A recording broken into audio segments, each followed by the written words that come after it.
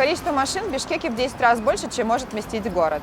Это приводит к заторам на дорогах и к хаотичным парковкам везде, где только можно. Этот тротуар – яркий пример того, как машины отбирают пространство у пешеходов.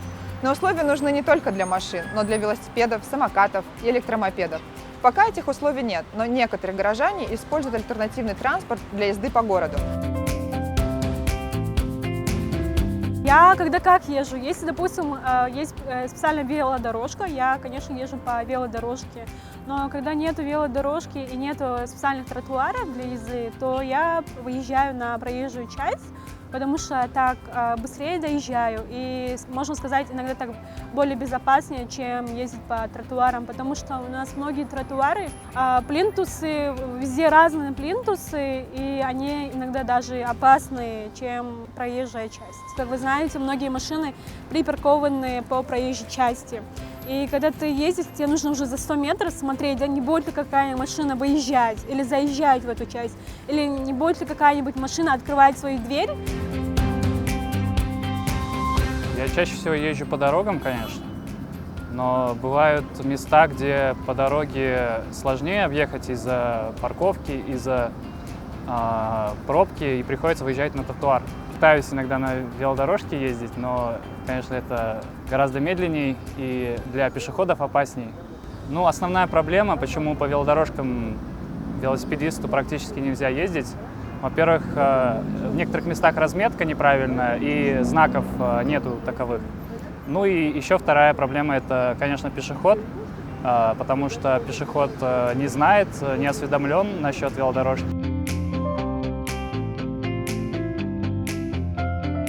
Во время езды на экобайке основная проблема это машины, которые припаркованы вторым рядом.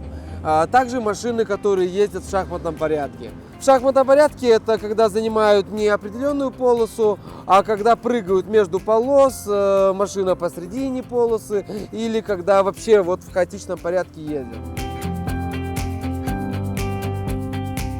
Мы решили провести эксперимент, проехать на разном транспорте по улице Токтагула, на которой есть велополоса.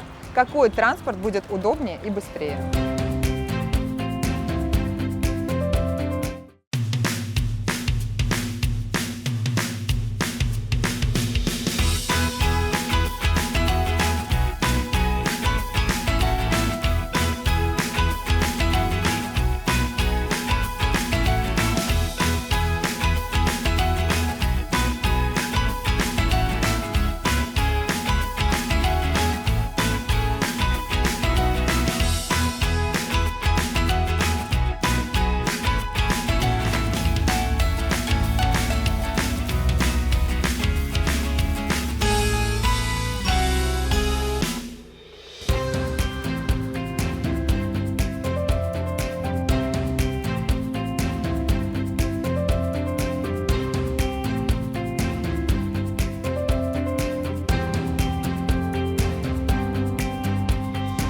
Считается, что автомобиль самый удобный и быстрый вид транспорта, но наш сегодняшний эксперимент показал, что это не так.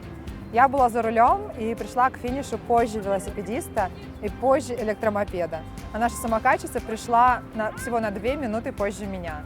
И это при том, что я не стояла в пробках. Если бы я попала в пробку, я бы пришла позже всех. Меньше неправильной парковки – это основная проблема.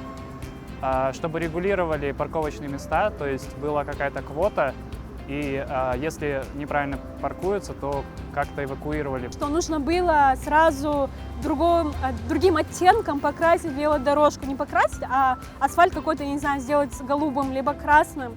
И тогда, мне кажется, было бы намного легче и велосипедистам, и тем людям, которые передвигаются на самокате.